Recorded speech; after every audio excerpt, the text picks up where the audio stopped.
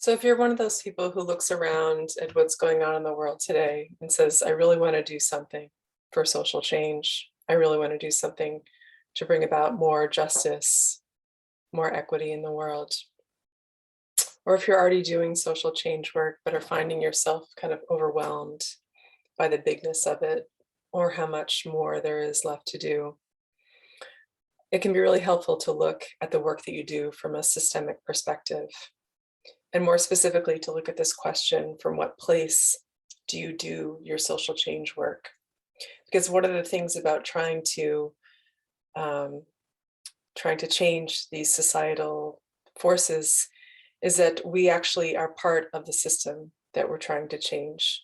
So seeing what your part to play is, what's really your work to do and not somebody else's, can get a little bit tricky. So in this systemic view, what we do is we take a bird's eye view where we try to get a little bit of perspective. And we do this as a group process in person, where we have people stand as representatives. And we also do this over Zoom on a one-on-one call where we just do this more as a visualization. We can also stand up in space to feel into these different parts.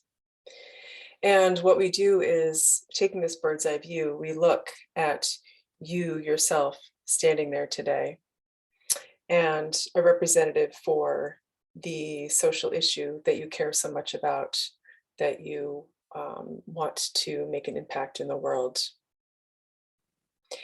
And the first step is we actually just kind of, connect with what is the relationship like between you and this social issue that you care so much about. What is that dynamic? What is really the felt sense about it? So we're trying to get out of our heads and into a more felt sense about what those dynamics are.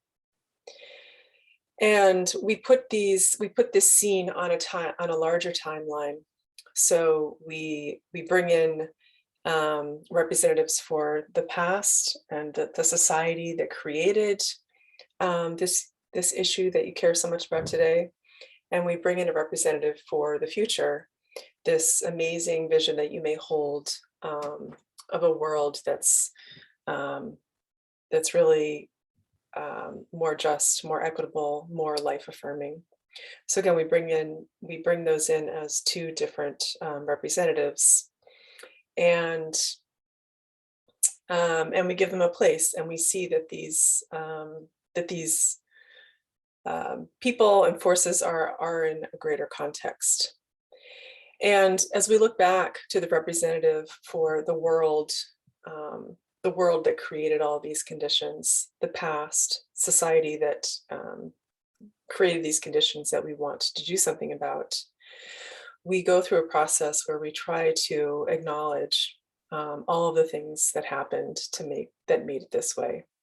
We go through a process of recognition, and we see, are we able to look clearly, and to look clearly at what exactly happened. And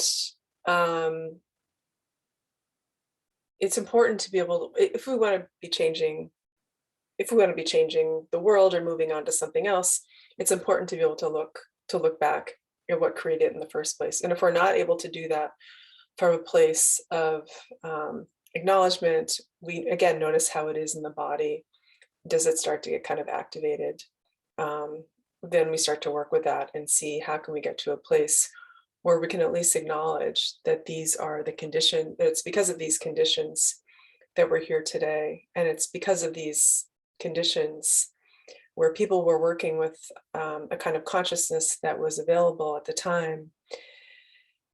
It's because all of these things happened that we're able to even have these bigger ideals today, these new dreams of what could actually be possible.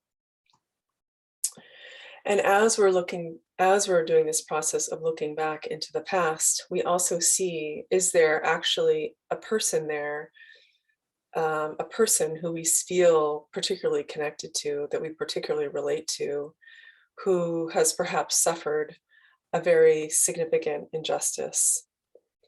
And this could be a person in your own from your own culture, from your own society, perhaps a person from your own family that suffered a very serious injustice that you still feel some kind of resonance with.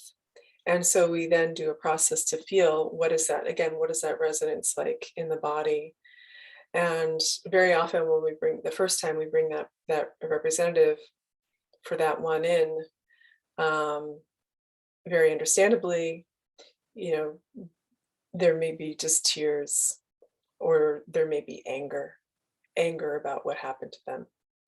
So we take this as all very important information, that when you bring in somebody, um, when you bring in somebody like that who is really directly affected by this situation that we care so much about, yeah, we just notice how it's still living there in the body, how anger is still there, how tears and sadness and grief are still there. And just making that connection has a kind of power, and is the beginning of a kind of recognition and acceptance about the situation that we're trying to work on. So then slowly what tends to happen is, as we're able to see the anger, the strong emotions that are there, that subsides. And then you can also see that there is still a very strong connection with this person. And we may call this connection, as we connect more and more with what this is like, we may really see really how much love is there, and that there is still um, that there is still this love, even if that person, even if we never met that person, even if we didn't know them directly, in a way we're carrying that person inside of us. And this this tends to help us kind of help our own body relax a little bit, and see that the cause, that this person is one of the very significant